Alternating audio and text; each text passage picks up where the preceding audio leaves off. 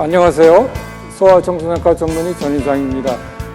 오늘은 영아기를 지나 아기가 만 3세 이후가 되면은 유아기에 접어들게 되는데 이때 발생할 수 있는 안전사고 등을 대해서 알아보도록 하겠습니다.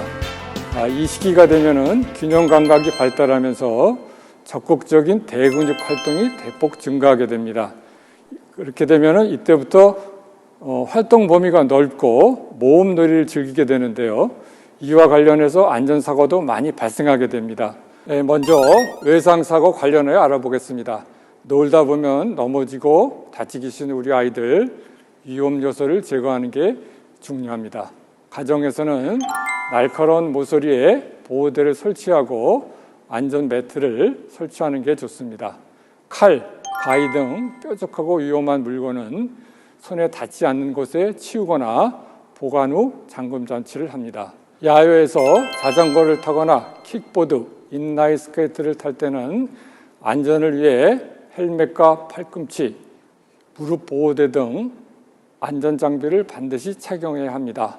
다음으로 아이들의 중독에 대한 주의도 필요합니다. 중독은 음식물이나 약물의 독성에 의해 신체 이상을 일으키는 현상인데요. 입에 넣는 순간 위험한 상황이 발생하니 각별히 신경을 써야 합니다. 중독 방지를 위해서는 역시 예방이 가장 중요합니다. 먼저 약품, 세제, 화학제품 등 중독성이 강한 물건은 손이 닿지 않는 곳에 보관해야 합니다. 특히 독성이 있는 가정 내 물질들은 원래 용기에 보관하고 아이가 무심코 먹을 만한 용도의 용기에는 절대로 옮겨두지 마시기 바랍니다. 농촌에서는 바카스병에 넣어둔 농약을 실제로 아이가 마셔서 사고가 발생하는 경우도 있었습니다. 약에 대해 아이들에게 미리 설명해 주셔야 합니다.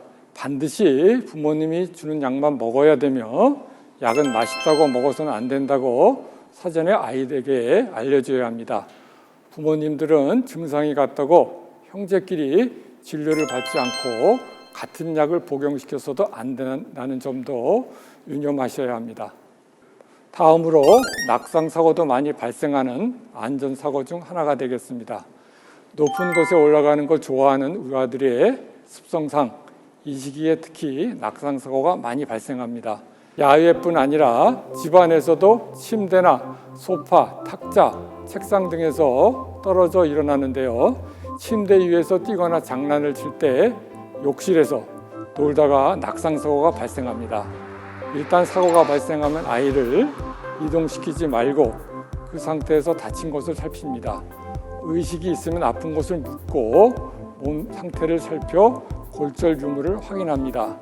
무엇보다 중요한 건 사고 후 72시간 동안은 아이 상태를 계속 살펴야 합니다. 머리가 아프다거나 구토를 하거나 기력이 없을 경우 병원에 가서 정밀 진단을 받아야 합니다. 뇌 손상이나 뇌출혈의 우려 때문입니다. 낙상사고도 예방법이 중요한데 의자, 침대 등은 창문 가까이에 두지 않고 가구 모서리에 보호덮개를 씌우고 문틈에 손김 방지 장치를 설치해 주시기 바랍니다. 또한 바닥에 미끄러지지 않도록 과일 껍질, 장난감, 물 등을 바로바로 치워 주셔야 합니다.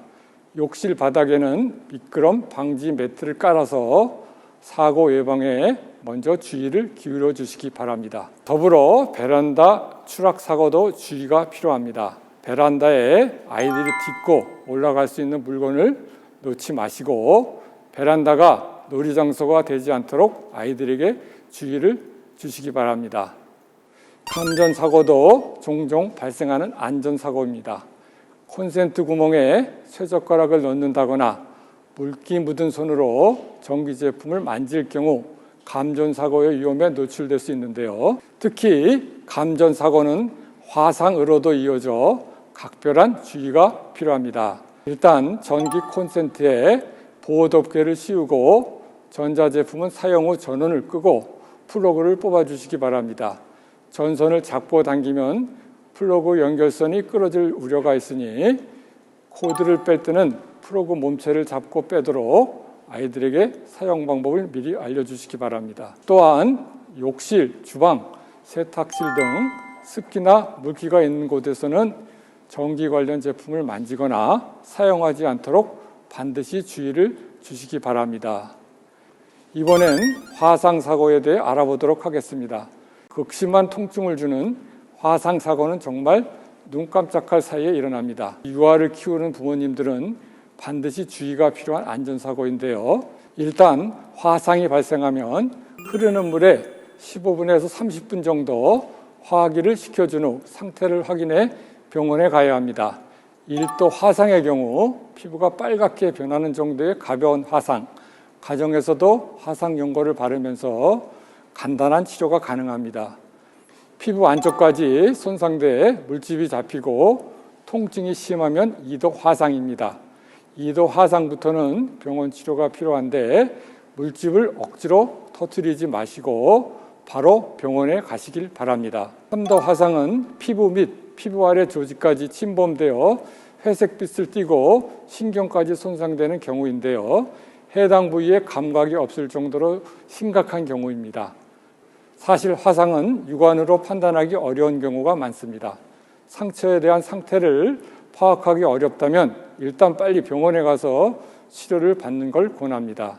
지금까지 안전사고에 대해 알아봤는데요. 아이들을 키우다 보면 응급한 상황이 벌어집니다. 그 중에서도 빈번하게 발생하는 응급 상황은 고열인데 고열의 원인은 다양하고 고열이 계속되면 뇌에도 영향을 미치기 때문에 대처법에 대해서도 미리 알아두셔야 합니다. 고열은 보통 38.3도 이상일 때를 말하는데 이때부터 해열제를 먹이면 됩니다. 이보다 체온이 낮을 경우 몸 상태가 나빠 보이지 않으면 바로 해열제를 먹이지 않고 상태를 확인하셔도 됩니다. 그럼 일단 열이 발생하면 어떻게 해야 될까요? 가정에서는 시원한 방에 아이를 눕히시고 야외일 경우 시원한 그늘이나 장소를 찾아 유아를 눕힙니다. 그리고 편안한 옷을 입히고 느슨하게 해준 후 미지근한 물수건으로 몸을 닦아주세요. 그래도 계속 열이 떨어지지 않을 경우 병원에 가서 진료를 받으시길 바랍니다. 이번엔 좀 더 심각한 응급 상황이 발생했을 때의 대처법입니다. 호흡이 멈추거나 의식이 없을 때 어떻게 해야 할까요? 바로 심폐소생술에 들어가야 합니다. 일단 아이가 의식이나 호흡이 없으면 몸통을 부드럽게 자극하거나 발바닥을 자극해 반응을 확인한 후 신속하게 대처해야 합니다. 즉시 심폐소생술을 하고 주변 사람들에게 119 신고 요청과 자동 제세동기를 가져다 달라고 요청합니다. 그럼 심폐소생술에 대해 자세히 알아보겠습니다. 압박할 위치는 양쪽 젖꼭지 부위를 잇는 선의 정중앙 바로 아래 부분입니다. 한 손으로 손바닥 아래 부위만을 유아의 흉골 부위에 접촉시킵니다. 시술자의 어깨는 유아의 흉골이 맞닿는 부위와 수직이 되게 위치해야 합니다. 한 손으로 1분당 100회 이상의 속도와 4에서 5cm 이상 깊이로 강하게 빠르게 30회 눌러줍니다. 30회가 끝나면 인공호흡을 해야 하는데요. 한 손으로 턱을 들어 올리고 다른 손으로 머리를 뒤로 젖혀 기도를 개방시킵니다. 머리를 젖힌 손에 검지와 엄지로 코를 막은 뒤 환자의 입에 숨을 이에 불어넣고 이어서 가슴 압박 30회, 인공호흡 2회를 119가 올 때까지 무한 반복해야 합니다. 제세동기가 도착하면 패드 부착 및 부착 후에도 가슴 압박과 인공호흡을 계속 지속하시길 바랍니다. 주변에서 뉴스를 통해 자주 접하는 응급시에 생명을 살리는 심폐소생술을 잘 보셨나요? 육아를 하면서 부모가 직면할 수 있는 또 다른 응급 상황은 기도폐쇄입니다. 음식물, 작은 장난감, 동전 등의 이물질이 기도로 들어가는 경우 응급처치 방법도 미리 숙지하시는 게 좋습니다. 하임리법이라고 하는데요. 자세히 한번 알아보겠습니다. 네, 뒤에서 양팔을 둘러 명치 아래 한쪽 손은 주먹을 쥐어 소화의 복부를 위쪽을 향해 압박하면 되겠습니다. 지금까지 아이들에게 자주 발생하는 안전사고나 응급상황에 대한 대처법을 살펴보았습니다. 아이를 키우는 부모님뿐만 아니라 우리 모두가 평상시에 숙지하고 있으면 위기 상황에 대처하고 생명을 구할 수 있습니다. 다음으로 감염병에 대해 알아보겠습니다. 감염병은 세균, 바이러스가 우리 몸속에 들어와 우리 몸을 아프게 하고 또 다른 사람에게 세균, 바이러스가 옮겨가서 질병을 발생하는 것을 의미합니다. 먼저 종류를 살펴보도록 하겠습니다. 호흡기를 통한 감염병의 종류는 감기, 독감, 폐렴, 코로나19 등이 있고요. 소화기를 통한 감염은 식중독, 장염 등이 있습니다. 그렇다면 아이들에게 종종 발생하는 감염의 예방법에 대해 알아보겠습니다. 호흡기 감염 예방은 공기 중으로 침이나 병균에 감염되지 않도록 마스크를 착용하고 다니는 것이 좋습니다. 감기에 걸렸을 때 콧물이나 침이 손에 묻게 되면 문의 손잡이나 물건을 통해 병균이 옮겨 다닐 수 있기 때문에 손도 깨끗이 씻는 것이 좋습니다. 소화기 감염을 예방하기 위해서는 여름철에는 특히 물을 끓여 먹거나 익히지 않는 음식은 되도록 피하는 것이 좋습니다. 그 외에도 각종 예방주사를 적합한 시기에 시행하여 사전에 질병을 예방하도록 해야 합니다. 또한 독감 같은 감염병이 유행할 때 사람이 많이 모이는 곳은 가지 않도록 해야 합니다. 모든 병균은 손에서 시작하는 경우가 많습니다. 외출 후 손 씻기만 잘하면 감기 등을 포함한 감염 질환의 반은 예방할 수 있습니다. 아이들에게 음식을 먹기 전후, 화장실 사용 후, 놀이터나 운동장에서 놀고 난 후, 외출 후 쓰레기를 만진 후에 손을 씻어야 한다고 평소 꾸준히 교육을 통해 실천할 수 있도록 도움을 주셔야 합니다. 손 씻는 방법은 다음과 같습니다. 먼저 흐르는 물로 손을 적시고, 둘째, 손의 모든 표면을 비누로 잘 문지르면서 닦습니다. 셋째, 손가락을 깍지를 끼고 앞뒤로 잘 문지릅니다.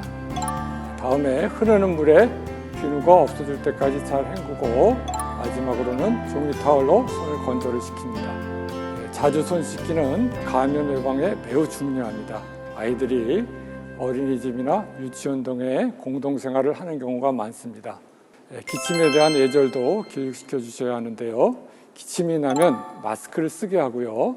갑자기 기침이 나오면 옷소매로 가려 기침을 할 수 있도록 부모님이 직접 지도해 주시기 바랍니다. 그 외에도 아이들의 건강을 위해 생애 주기별 예방접종을 반드시 해야 합니다.